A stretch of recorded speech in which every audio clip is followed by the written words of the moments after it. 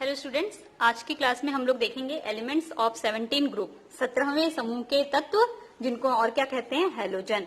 17वें समूह के तत्व कौन कौन से तत्व होते हैं 17वें समूह में? फ्लोरीन, क्लोरीन, ब्रोमीन, आयोडीन और एस्टाटीन। सभी के सभी क्या है? अधातु तत्व हैं। सभी अधातु तत्व होते हैं। फ्लोरीन एटॉमिक नंबर 9 होता है। 1s2, 2s2, 2p5 इसका इलेक्ट्रॉनिक कॉन्फ़िगरेशन होगा, मतलब कि p ऑर्बिटल में 5 इलेक्ट्रॉन्स। ठीक है, p ऑर्बिटल में 5 इलेक्ट्रॉन्स होंगे सभी में। p ऑर्बिटल में 5 इलेक्ट्रॉन, यहाँ 2p5, 3p5, 4p5, 5p5 और 6p5। इलेक्ट्रॉनिक कॉन्फ़िगरेशन लिखना इजी है, आप लोग इसको ध्यान रखेंगे। ठीक है, अब इसमें देखो कुछ फिजिकल प्रॉपर्टीज हैं जो मैंने यहीं पे शॉर्टकट में लिख दिया है, तो आप लोगों को ये पहले भी हम लोग पढ़ चुके हैं 11th क्लास में, तो एक बार बता देते हैं।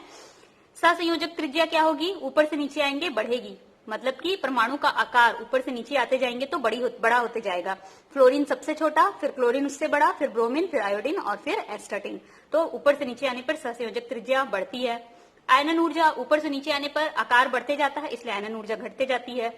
आकार बढ़ते जाता है ऊपर से नीचे आने पर, तो विद्युत ऋणात्मकता घटते जाती है। घनत्व तो ऊपर से नीचे आने पर बढ़ते जाता है, मतलब इसका घनत्व तो सबसे ज्यादा, इसका उससे कम, इसका सबसे कम, इसका उससे भी कम, और फ्लोरीन का सबसे कम घनत्व होता है। मेल्टिंग पॉइंट और बॉइलिंग पॉइंट, एमपीबीपी मतलब क्या लिखा है मैंने? Melting point.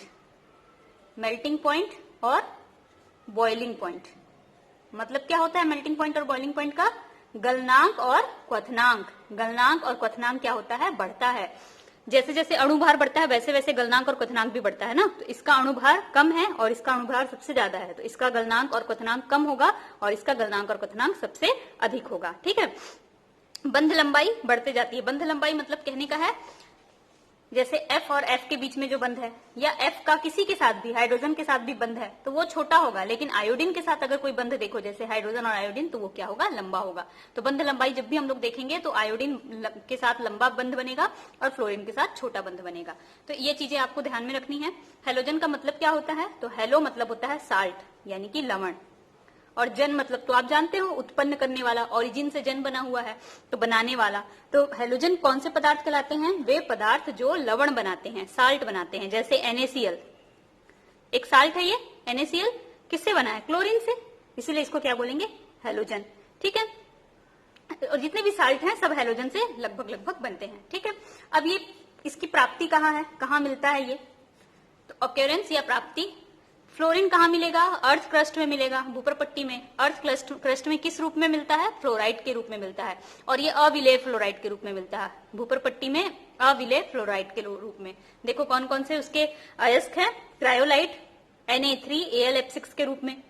ठीक है, सोडियम एल्यूमिनियम हेक्साफ्लोराइड बोल सकते हो, फ्लोर स्पार के रूप में, कैल्शियम फ्लोराइड के रूप में। ठीक है, तो क्रायोलाइट Na3Al F6 या फिर floor spar CF2।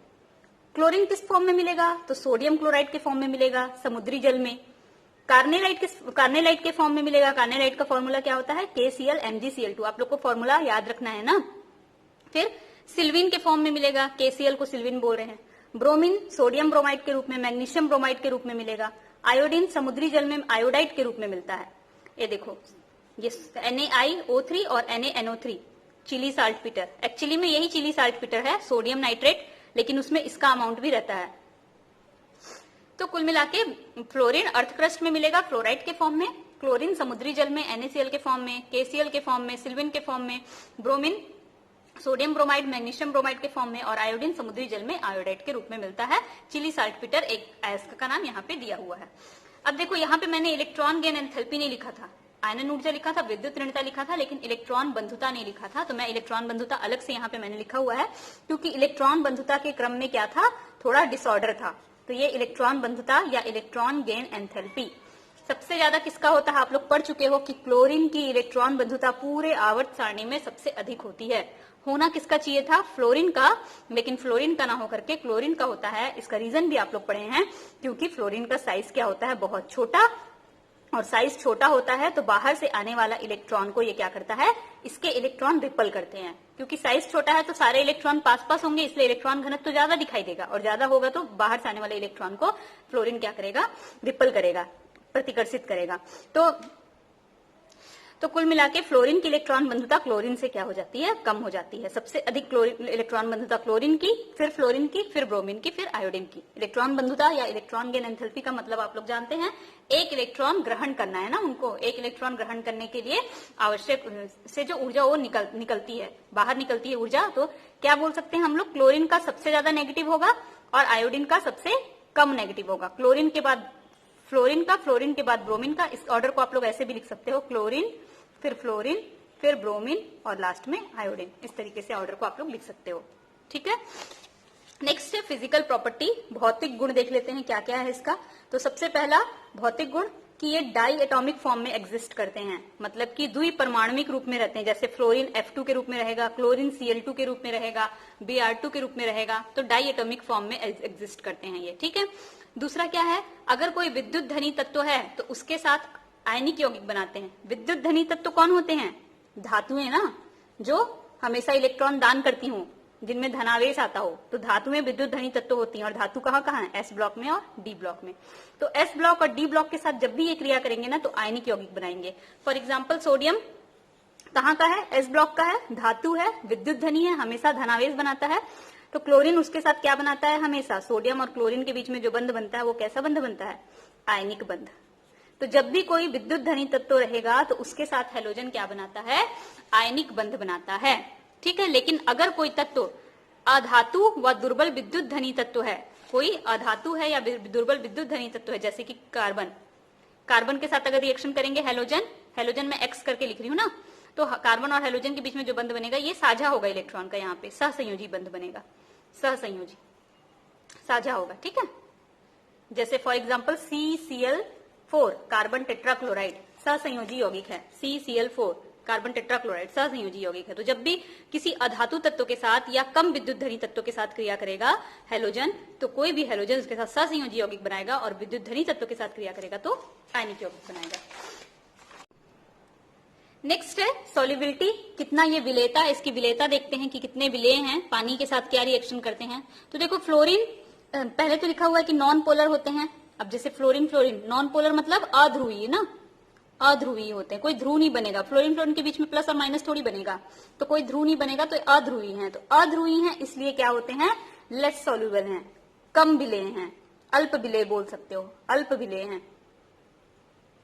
Fluorine soluble है, फ्लोरीन विलेय है, और क्या देता है विलेय होकर के, ऑक्सीजन और ओजोन देता है। जब भी पानी में घुलेगा, ऐसे तो ये अल्प विलेय है, लेकिन फ्लोरीन थोड़ा विलेय है। और क्यों फ्लोरीन विलेय है, क्योंकि फ्लोरीन बहुत ज्यादा क्रियाशील है ना, इसलिए वो पानी में भी घुल जाता है। तो फ्लोरीन बहुत ही अधिक रिएक्टिव है, इसलिए वो पानी में घुलेगा और घुल करके क्या बनाएगा, या तो ऑक्सीजन या फिर ओजोन बनाएगा, ठीक है। तो देखो फ्लोरीन की क्रिया जल से हो रही है और हाइड्रोफ्लोरिक अम्ल बन रहा है, साथ में ओजोन ऑक्सीजन बाहर निकल रहा है। फिर फ्लोरीन की क्रिया जल से हो रही है और हाइड्रोफ्लोरिक अम्ल बन रहा है और ओजोन बाहर निकल रहा है। तो याद रखेंगे फ्लोरीन जल से क्रिया करके ऑक्सीजन या फिर ओजोन बनाता है। क्लोरीन और ब्रोमीन अल्प विलेय हैं, लेकिन अगर इनकी क्रिया कराएंगे हम लोग गर्म करके या जैसे भी इनकी क्रिया कराएंगे तो हाइपोहेलस एसिड बनाएंगे। और आयोडीन तो बिल्कुल विलेय नहीं होता है, बल्कि आयोडीन माइनस विलेय होता है। जब भी हैलोजन में माइनस चार्ज लग जाए ना, ये हैलोजन है, हैलोजन में माइनस चार्ज लग गया तो इसको हैलाइड बोलने लगते हैं, ठीक है। जैसे क्लोरीन, क्लोरीन है, क्लोरीन में माइनस चार्ज लग गया तो क्लोराइड, ठीक है। ब्रोमीन में माइनस चार्ज लग गया तो ब्रोमाइड, फ्लोरीन में माइनस चार्ज लग गया तो फ्लोराइड। तो ये आयोडीन विलेय नहीं है, पर आयोडाइड विलेय है। आयोडीन में माइनस चार्ज लग गया तो आयोडाइड, तो आयोडाइड विलेय है, और वो विलेय होता है और विलेय होकर के क्या बनाता है, आयोडीन में बदल जाता है। तो देखो यहाँ रिएक्शन लिखा है, बाद में फिर से हम लोग एक बार रिएक्शन को देखेंगे, तो यहाँ पे छोड़ देती हूँ मैं, आगे देखेंगे। नेक्स्ट है ऑक्सीकरण अवस्था। ऑक्सीकरण अवस्था, कौन कौन सी ऑक्सीकरण अवस्था दर्शाते हैं, तो ये भी बहुत सारी ऑक्सीकरण अवस्था दर्शाते हैं। सबसे पहले तो फ्लोरीन -1 ऑक्सीकरण अवस्था, केवल -1 ऑक्सीकरण अवस्था दर्शाएगा। -1 का मतलब आपको समझ में आ गया होगा कि मतलब ये सिर्फ एक इलेक्ट्रॉन ग्रहण ही करेगा हमेशा, ठीक है। तो फ्लोरीन -1 ऑक्सीकरण अवस्था दर्शाएगा ऑलवेज, कभी भी दूसरा नहीं। लेकिन और सब इस ग्रुप के तो सभी -1 दर्शाएंगे, क्योंकि ये सभी कैसे हैं, उच्च विद्युत ऋणी तत्व है, उच्च विद्युत ऋणी। पूरे आवर्त सारणी में इनकी विद्युत ऋणात्मकता सबसे अधिक होती है ना, तो उच्च विद्युत ऋणी है और इनको 1 इलेक्ट्रॉन की आवश्यकता होती है। देखो इनके बाह्य सेल में 7 इलेक्ट्रॉन होते हैं। फ्लोरीन का परमाणु क्रमांक 9, तो 2 7, क्लोरीन का परमाणु क्रमांक 17, 2 8 7, तो अष्टक पूरा करने के कितने इलेक्ट्रॉन चाहिए, 1। तो एक इलेक्ट्रॉन ये क्या करेगा, ग्रहण, इसलिए -1 ऑक्सीकरण अवस्था शब्द दर्शाएंगे। लेकिन उसके साथ साथ क्लोरीन क्या दर्शाता है, कभी +1, कभी +3, कभी +5 और कभी +7। ब्रोमीन कभी +1, कभी +3, कभी +5, लेकिन +7 नहीं दर्शाता है। आयोडीन +1, +3, +5 और +7। ब्रोमीन +7 ऑक्सीकरण अवस्था नहीं दर्शाता। इसमें तीसरे कक्ष का आवरण प्रभाव बहुत दुर्बल होता है। ऐसे इंपॉर्टेंट नहीं है ये जानना, आपको बस पता होना चाहिए कि +7 नहीं है, बाकी वो रीजन पे फोकस नहीं करना है। नेक्स्ट, इनमें एक गुण होता है ऑक्सीकरण का गुण, दूसरे का ऑक्सीकरण कर देने का। तो ये ऑक्सीकारक होते हैं, अच्छे ऑक्सीकारक होते हैं। आप लोगों को पता है कि ऑक्सीकरण क्या होता है, तो किसी पदार्थ में से X में से अगर मान लो एक इलेक्ट्रॉन निकाल लिए, और कौन X नहीं, इसको मैं Y कर देती हूँ, कौन ले लिया, इलेक्ट्रॉन हैलोजन ले लिया, क्योंकि ये क्या है, उच्च ऋण विद्युती है, उच्च ऋण विद्युती है। तो अगर उच्च विद्युत ऋणी है तो ये एक इलेक्ट्रॉन ले लेंगे। अब इलेक्ट्रॉन ले लिए तो Y किस में बदल जाएगा, Y प्लस में। तो हो गया ना Y का ऑक्सीकरण, इलेक्ट्रॉन निकलना या ऑक्सीकरण संख्या में वृद्धि होना, दोनों चीज क्या कहलाता है, ऑक्सीकरण। तो ऑक्सीकरण हुआ किसके कारण, हैलोजन के कारण। तो हैलोजन क्या है, अच्छे ऑक्सीकारक हैं। और सबसे अच्छा ऑक्सीकारक कौन है, फ्लोरीन, फिर क्लोरीन, फिर ब्रोमीन, फिर आयोडीन। तो ये ऑक्सीकरण, ये अच्छे ऑक्सीकारक होते हैं। और इनमें ऑक्सीकारक गुण का क्रम क्या है, सबसे ज्यादा अच्छा ऑक्सीकारक फ्लोरीन, मतलब ये सबसे इजीली इलेक्ट्रॉन लेगा, फिर क्लोरीन, फिर ब्रोमीन, फिर आयोडीन। ऐसे हम लोग अभी पढ़े थे कि इलेक्ट्रॉन बंधुता सबसे ज्यादा क्लोरीन की होती है, लेकिन फिर भी ऑक्सीकारक गुण सबसे ज्यादा फ्लोरीन का ही है ना। नेक्स्ट है केमिकल प्रॉपर्टीज या रासायनिक गुण। रासायनिक गुण देखो, हाइड्रोजन के साथ क्रिया करके क्या बनाएगा, तो हाइड्रोजन के साथ क्रिया करके क्या बनाता है, हैलाइड, फॉर्म हैलाइड, मतलब कि हैलाइड बनाता है। मतलब हाइड्रोजन से क्रिया करेगा, जैसे फ्लोरीन हाइड्रोजन से क्रिया करा तो HF बना, तो इसका नाम आप क्या रखोगे, हैलाइड, फ्लोराइड। फ्लोरीन है तो फ्लोराइड, क्लोरीन है तो क्लोराइड, ब्रोमीन है तो ब्रोमाइड, आयोडीन है तो आयोडाइड। तो ये हो जाएगा हाइड्रोजन फ्लोराइड, हाइड्रोजन फ्लोराइड। ये हो जाएगा हाइड्रोजन क्लोराइड। हाइड्रोक्लोरिक अम्ल भी इसको बोलते हैं ना, ये हाइड्रोब्रोमिक अम्ल या हाइड्रोजन ब्रोमाइड। ये हाइड्रोजन आयोडाइड, हाइड्रो आयोडिक अम्ल भी बोलते हैं। तो मतलब कुल मिलाकर के हाइड्रोजन से क्रिया करके hydrogen fluoride, hydrogen chloride, hydrogen bromide या हाइड्रोजन आयोडाइड बनाते हैं। अब देखो यहाँ पे क्रियाशीलता का क्रम भी लिखा है कि हाइड्रोजन से कौन सबसे ज्यादा क्रिया करेगा और कौन सबसे कम। तो एक हाइड्रोजन से क्रियाशीलता का क्रम है ना, नीचे में आप लोग लिख लेना, हाइड्रोजन से क्रियाशीलता का क्रम। तो सबसे ज्यादा हाइड्रोजन से कौन क्रिया करेगा, फ्लोरीन इजिली रिएक्ट करेगा, फिर क्लोरीन, फिर ब्रोमीन, फिर आयोडीन। तो हाइड्रोजन से क्रियाशीलता का क्रम दिया है ये, ठीक है। नेक्स्ट है, हाइड्रोजन फ्लोरीन से क्रिया कर रहा है, कैसे कर रहा है, ठंडे में ही कर दे रहा है और अंधेरे में। किसी प्रकार का कुछ गर्म वरम करने की जरूरत नहीं पड़ी, क्योंकि फ्लोरीन हाईली रिएक्टिव है, बहुत ज्यादा रिएक्टिव है। तो वो फ्लोरीन से क्रिया करके हाइड्रोफ्लोरिक अम्ल इजिली बना देगा, ठंडा ही रखेंगे तो ही और अंधेरे में ही। लेकिन क्लोरीन और हाइड्रोजन को क्रिया करने के लिए देखो लाइट की जरूरत पड़ेगी, वो सूर्य के प्रकाश में रिएक्शन होगा, लाइट के प्रेजेंस में रिएक्शन होगा। ब्रोमीन और हाइड्रोजन को क्रिया करने के लिए गर्म करना पड़ेगा, यहाँ पे डेल का साइन मैंने बनाया, मतलब गर्म करना पड़ेगा। आयोडीन और हाइड्रोजन क्रिया करेंगे, गर्म भी करना पड़ेगा, और कैटलिस्ट भी जरूरी है, वहां पे कोई उत्प्रेरक होना चाहिए, और अभिक्रिया भी कैसी होगी, उत्क्रमणीय होगी। तो फ्लोरीन सबसे इजिली रिएक्ट करता है, यही यहाँ पे बता रहा है, ठीक है। अब देखो, फ्लोरीन क्रिया करके हाइड्रोफ्लोरिक अम्ल बनाया या हाइड्रोजन फ्लोराइड, क्लोरीन क्रिया करके हाइड्रोक्लोरिक अम्ल बनाया या हाइड्रोजन क्लोराइड, ब्रोमीन क्रिया करके हाइड्रोब्रोमिक अम्ल बनाया या हाइड्रोजन ब्रोमाइड, और आयोडीन क्रिया करके हाइड्रो आयोडिक अम्ल बनाया या हाइड्रोजन आयोडाइड। तो अब इनमें कौन कैसा है, हाइड्रोफ्लोरिक अम्ल गैस में है, ठोस में है, द्रव में है, क्या है, ये देखेंगे। तो देखो यहाँ पे लिखा है मैंने कि हाइड्रोफ्लोरिक अम्ल केवल लिक्विड अवस्था में रहता है। हाइड्रोफ्लोरिक अम्ल एकमात्र ऐसा है जो लिक्विड अवस्था में पाया जाएगा, बाकी HCl, HBr और HI ये तीनों किस अवस्था में पाए जाएंगे, गैसियस स्टेट में पाए जाएंगे। ऐसा क्यों होता है, क्योंकि हाइड्रोफ्लोरिक अम्ल में हाइड्रोजन बॉन्ड बनता है, पर HCl, HBr और HI में हाइड्रोजन बॉन्ड नहीं बनता है। वैसे भी आप लोग जानते हो कि हाइड्रोजन बॉन्ड के लिए हाइड्रोजन चाहिए और कोई उच्च ऋण विद्युतीय तत्व जैसे कि फ्लोरीन, नाइट्रोजन या ऑक्सीजन चाहिए। क्लोरीन के साथ भी बहुत कम संभावना होती है कि हाइड्रोजन बंध बने, बहुत कम। लेकिन ब्रोमीन और आयोडीन के साथ तो बिल्कुल संभावना नहीं है कि हाइड्रोजन बंध बनेगा, इसलिए इनमें तो कोई पॉसिबिलिटी नहीं है कि हाइड्रोजन बंध बने। इसमें थोड़ा बहुत पॉसिबिलिटी है, लेकिन इसमें तो बनेगा ही। तो हाइड्रोफ्लोरिक अम्ल में हाइड्रोजन बंध बनता है, इसलिए इसके अणु क्या होते हैं, पास पास आ जाते हैं। ये देखो यहाँ पे हाइड्रोजन बंध मैंने दिखाया है, सभी अणु पास पास आ जाते हैं, और पास पास आ जाएंगे अणु तो गैस से किसमें बदल जाएगा, द्रव में। इसलिए हाइड्रोफ्लोरिक अम्ल द्रव होता है। जैसे आप लोग H2O द्रव है, H2S गैस है, वो पढ़े थे ना, वैसी सेम। बाकी ये सभी क्या है, गैस है। ठीक है, अब देखो इसमें मेल्टिंग पॉइंट और बॉइलिंग पॉइंट का क्रम दिया है, किसका गलनांक और क्वथनांक अधिक है, गलनांक क्वथनांक। तो गलनांक और क्वथनांक देखो, सबसे ज्यादा गलनांक और क्वथनांक किसका है, हाइड्रोफ्लोरिक अम्ल का। होना सबसे ज्यादा हाइड्रो आयोडिक अम्ल का चाहिए था, लेकिन यहाँ पे सबसे ज्यादा किसका है, हाइड्रोफ्लोरिक अम्ल का, क्योंकि इसमें हाइड्रोजन बॉन्ड है, ये मजबूत है ना, तो आपको इसको अलग अलग अगर करना है तो ज्यादा ताकत लगाना पड़ेगा, इसलिए सबसे ज्यादा हाइड्रोफ्लोरिक अम्ल का मेल्टिंग पॉइंट और बॉइलिंग पॉइंट है due to hydrogen bond, hydrogen bond के कारण। जबकि HCl, HBr और HI में तो क्रम फिक्स ही है कि HI ही ज्यादा होगा, हमेशा ऐसा ही होता है, जिसका अणु भार ज्यादा उसका गलनांक और क्वथनांक ज्यादा।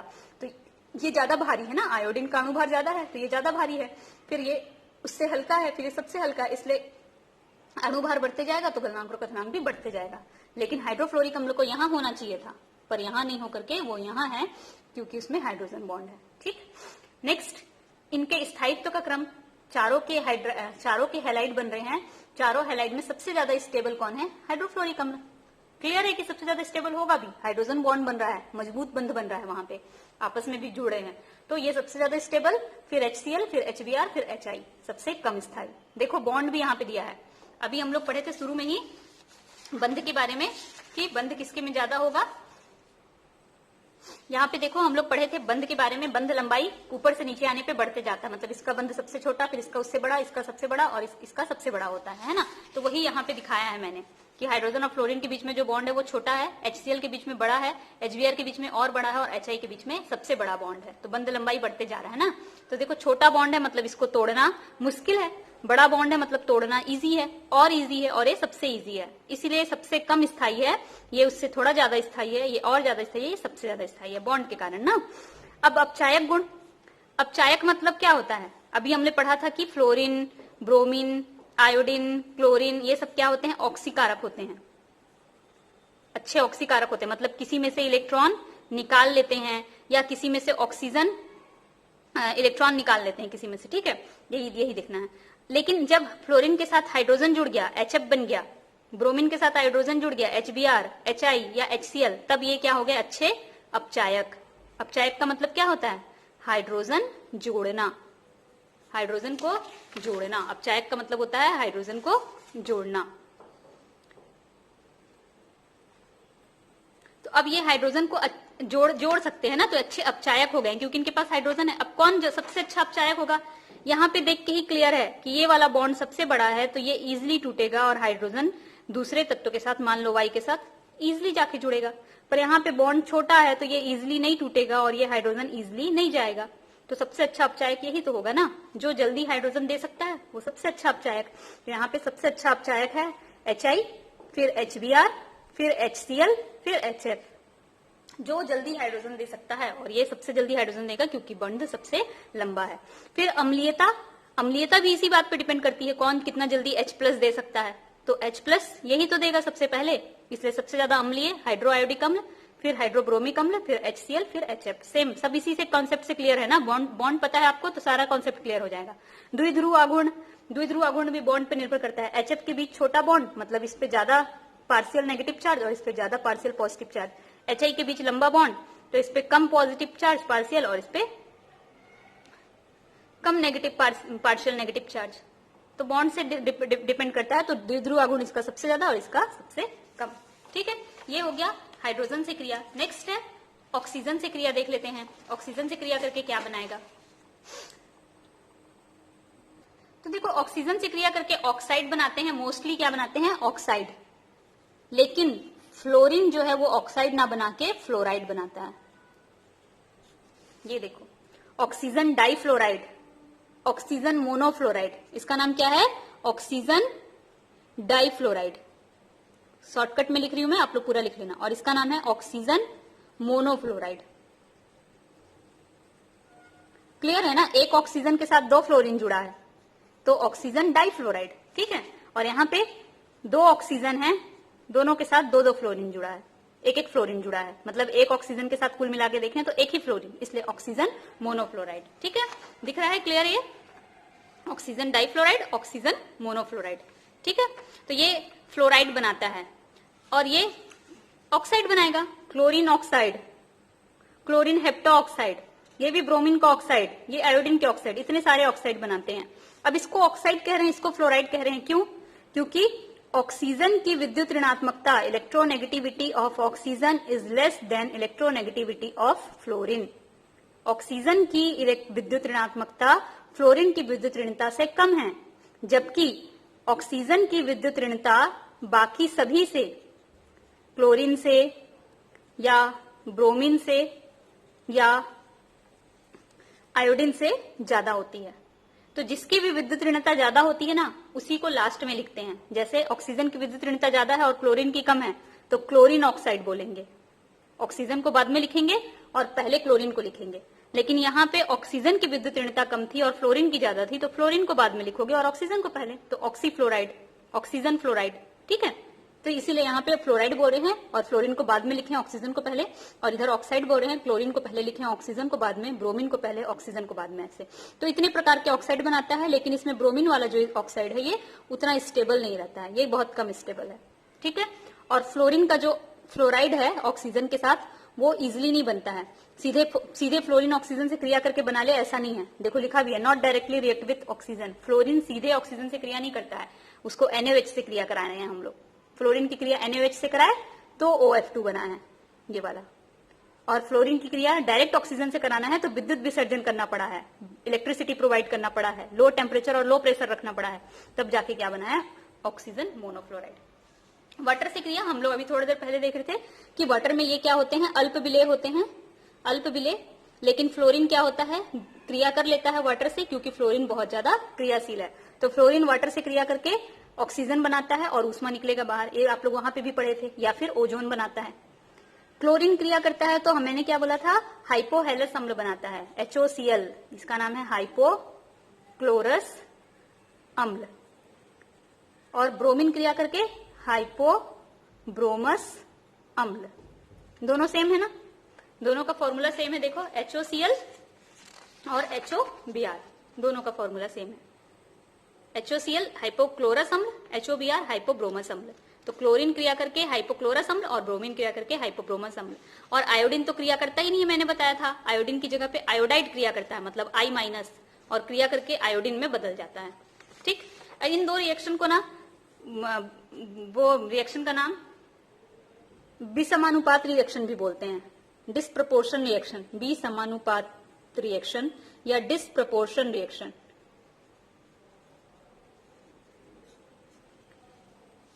उसका भी एग्जाम्पल है ये। नेक्स्ट, और रिडॉक्स अभिक्रिया में आप लोग पढ़े हैं। नेक्स्ट है oxy acids of halogen, halogen के ऑक्सी अम्ल, हेलोजन के ऑक्सी अम्ल। जैसे आप लोग सल्फर के ऑक्सी अम्ल पढ़े, फास्फोरस के ऑक्सी अम्ल पढ़े, वैसे ही हेलोजन के ऑक्सी अम्ल। तो सारे के सारे हेलोजन ऑक्सी अम्ल बनाएंगे, फ्लोरीन भी, क्लोरीन भी, ब्रोमीन भी और आयोडीन भी। तो यहाँ पे मैंने चार्ट बना दिया है, फ्लोरीन वाला यहाँ पे लिखेंगे हम लोग, क्लोरीन वाला यहाँ, ब्रोमीन वाला यहाँ और आयोडीन वाला यहाँ। तो देखो, अगर +1 ऑक्सीकरण अवस्था दर्शाए, जब +1 ऑक्सीकरण अवस्था दर्शाता है तब बनता है HFO, हाइपोफ्लोरस अम्ल उसको बोलेंगे। यहाँ पे एक जनरल नाम भी दे दिया, हाइपोहेलस अम्ल। हेलोजन के लिए इसलिए हेलस लिख दिया है ना, तो इससे आपको समझ जाना है कि सभी का नाम में हेलस हेलस अस लगेगा। तो फ्लोरीन है तो हाइपोफ्लोरस, क्लोरीन है तो हाइपोक्लोरस, ब्रोमीन है तो हाइपोब्रोमस और आयोडीन है तो हाइपोआयोडस। तो HFO हाइपोफ्लोरस, HClO हाइपोक्लोरस अम्ल, HBrO हाइपोब्रोमस अम्ल, HIO हाइपोआयोडस अम्ल। ठीक है। दूसरा, अगर +3 ऑक्सीकरण अवस्था है, मतलब क्लोरीन की यहाँ पे होगी ना, ये क्लोरीन की सबकी +3 ऑक्सीकरण अवस्था है तो उसको हेलस अम्ल बोलेंगे, केवल हाइपो नहीं लगाएंगे, सिर्फ हेलस। तो फ्लोरीन तो ऐसा कुछ बनाता नहीं, क्योंकि पहले ही बता दिए फ्लोरीन +3 +5 ये सब नहीं शो करेगा ना, तो ये हो जाएगा क्लोरस अम्ल, HClO2। ब्रोमीन भी नहीं बनाता, आयोडीन भी नहीं बनाता है। अगर +5 ऑक्सीकरण अवस्था दर्शाएं तो हेलिक अम्ल नाम देंगे, मतलब फ्लोरीन है तो फ्लोरिक, क्लोरीन है तो क्लोरिक, ब्रोमीन है तो ब्रोमिक, आयोडीन है तो आयोडिक। हालांकि फ्लोरीन तो बनाता नहीं है, क्लोरीन बनाएगा HClO3 क्लोरिक अम्ल, HBrO3 ब्रोमिक अम्ल, HIO3 आयोडिक अम्ल। ठीक है। नेक्स्ट है +7 ऑक्सीकरण अवस्था दर्शाएगा अगर, तो पर हेलिक नाम देंगे। तो HClO4 पर क्लोरिक, HBrO4 पर ब्रोमिक, HIO4 है ना, यहाँ पे 4 है, तो पर आयोडिक अम्ल। क्लियर है। तो आपको ऑक्सी एसिड्स पता रखना है एक याद कर लो, क्लोरीन का केवल याद कर लो, बाकी सब बन जाएगा। और बस ये ध्यान रखना कि फ्लोरीन वाला सिर्फ हाइपोफ्लोरस बनाता है, बाकी नहीं बनाता है, और ब्रोमीन वाला +3 वाला नहीं बनाता है, आयोडीन वाला +3 वाला नहीं बनाता है, बाकी सब बनाता है। इसको ध्यान रखना है। एक का नाम याद कर लो, क्लोरीन वाला, सबका नाम अपने आप समझ आ जाएगा। तो देखो क्लोरीन वाला फर्स्ट, ये जो भी हम लोग यहाँ पे देखे, फर्स्ट क्या था, +1 ऑक्सीकरण अवस्था, +1 ऑक्सीकरण अवस्था, और नाम क्या था, हाइपोक्लोरस अम्ल। तो इसका नाम है हाइपोक्लोरस अम्ल, हाइपोक्लोरस। फिर दूसरा क्या था, क्लोरस। फिर तीसरा क्या था, हेलिक, हेलिक ना, तो इसको क्लोरिक बोलेंगे, तो ये हो जाएगा क्लोरिक दूसरा। फिर लास्ट में परक्लोरिक अम्ल, सब में अम्ल है ना। तो हाइपोक्लोरस अम्ल का फॉर्मूला क्या था, HClO, HClO, ठीक। क्लोरस केवल था तो क्या था फॉर्मूला, HClO2। फिर क्लोरिक था तो HClO3, और परक्लोरिक था तो HClO4, यही था ना। तो उसकी संरचना अब हम लोग को बनानी है। तो आपको ध्यान रखना है कि क्लोरीन के पास 7 इलेक्ट्रॉन होते हैं बाह्य ऑर्बिटल में। तो 1 2 3 4 5 6 और 1 7। तो एक इलेक्ट्रॉन के साथ एक ऑक्सीजन के साथ साझा किया है, बाकी के लोन पेयर हैं, नहीं वही यहाँ पे मैंने बनाया है, ठीक है। और हमेशा आपको मैं बताई हूँ, जब भी आप लोग ऑक्सी अम्ल पढ़ो तो ऑक्सीजन के साथ हाइड्रोजन को जोड़ करके OH बनाना होता है ना, ठीक। तो अब यहाँ पे आ गए HClO2, तो एक हाइड्रोजन तो ऑक्सीजन के साथ जाएगा और एक ऑक्सीजन डबल बॉन्ड बनाएगा। तो अब क्लोरीन के पास कितने इलेक्ट्रॉन बच गए, 4 इलेक्ट्रॉन बच गए, जिसको लोन पेयर बना दो। फिर यहाँ पे क्लोरीन, कितने ऑक्सीजन है, 3 ऑक्सीजन और 1 हाइड्रोजन। तो एक हाइड्रोजन तो ऑक्सीजन के साथ जाएगा, तो यहाँ पे जोड़ दो OH, एक ऑक्सीजन यहाँ, एक ऑक्सीजन यहाँ, और एक बना दो लोन पेयर। यहाँ पे 4 है, तो एक ऑक्सीजन हाइड्रोजन के साथ, सॉरी, एक ऑक्सीजन यहाँ, एक ऑक्सीजन यहाँ, और एक ऑक्सीजन यहाँ। इस तरह की संरचना एक बार बुक से रिफर कर लेना आप लोग, ठीक है। अम्लीयता का क्रम देखो तो क्लोरीन का जो अम्ल है वो सबसे ज्यादा अम्लीय होता है, फिर ब्रोमीन का, फिर आयोडीन का। क्लोरीन के ऑक्सी अम्ल सबसे ज्यादा अम्लीय, फिर ब्रोमीन के, फिर आयोडीन के। और अगर क्लोरीन वाले में ही कंपेयर करने बोले, HClO, HClO2, HClO3 और HClO4 में, तो सबसे ज्यादा अम्लीय कौन होगा, HClO4, फिर HClO3, फिर HClO2, फिर HClO। आप कैसे याद रख सकते हो, ऑक्सीजन की संख्या ज्यादा तो वो क्या होगा, अधिक अम्लीय। जहां पे भी ऑक्सीजन ज्यादा है वो अधिक अम्लीय होता है। तो यहाँ पे सबसे ज्यादा ऑक्सीजन किस में था, ऑक्सीजन के, यहाँ पे O4, ठीक। और उसके अलावा ऐसे भी याद रख सकते हो, क्योंकि यहाँ पे क्लोरीन की ऑक्सीकरण संख्या कितनी है, 7, HClO4 में 7 थी ना, तो ये +7, और यहाँ पे कितनी थी, +5, यहाँ पे था +3, पीछे हम लोग देख चुके हैं, यहाँ पे है +1। तो ऑक्सीकरण संख्या से भी पता कर सकते हैं, अगर ऑक्सीकरण संख्या ज्यादा तो ज्यादा अम्लीय, ऑक्सीकरण संख्या कम तो कम अम्लीय। तो ये है क्लोरीन के ऑक्सी अम्ल। अगर हाइड्रोजन हटा दो, इसमें से हाइड्रोजन निकाल दो, तो हाइड्रोजन निकलेगा तो माइनस चार्ज आएगा। अब इसका नाम था हाइपोक्लोरस अम्ल, हाइड्रोजन हटा दिए तो ये हो जाएगा हाइपोक्लोराइट। नाम क्या हो जाएगा, आइट लग जाएगा, हाइपोक्लोराइट। तो यहाँ पे देखो मैंने वही किया है, ClOH में से ClO हाइड्रोजन हटा के माइनस लगा दिया, तो इसका नाम है हाइपोक्लोराइट आयन, हाइपोक्लोराइट लिखा है ये, ठीक है। यहां से हाइड्रोजन हटा दो तो बचेगा ClO2 और एक माइनस, तो क्लोराइट, क्योंकि इसका नाम क्लोरस था, क्लोराइट। यहां से हाइड्रोजन हटा दो तो ये हो जाएगा ClO3, और क्लोरिक था तो ये क्लोरेट हो जाएगा, तो ClO3 और ये क्लोरेट। यहां से हाइड्रोजन हटा दो तो ClO4 माइनस, और इसका नाम परक्लोरिक था तो हो जाएगा परक्लोरेट आयन। तो ऐसे लिखा हुआ मिले आपको कहीं तो इसलिए मैं इससे भी परिचित करा दी। बाकी आपको याद रखना है, क्लोरीन के ऑक्सी अम्ल पढ़ लो, बाकी ब्रोमीन, आयोडीन और फ्लोरीन अपने आप कवर हो जाएगा। नेक्स्ट टॉपिक हम लोग पढ़ेंगे इनर हैलोजन कंपाउंड अगली क्लास में। Thank you.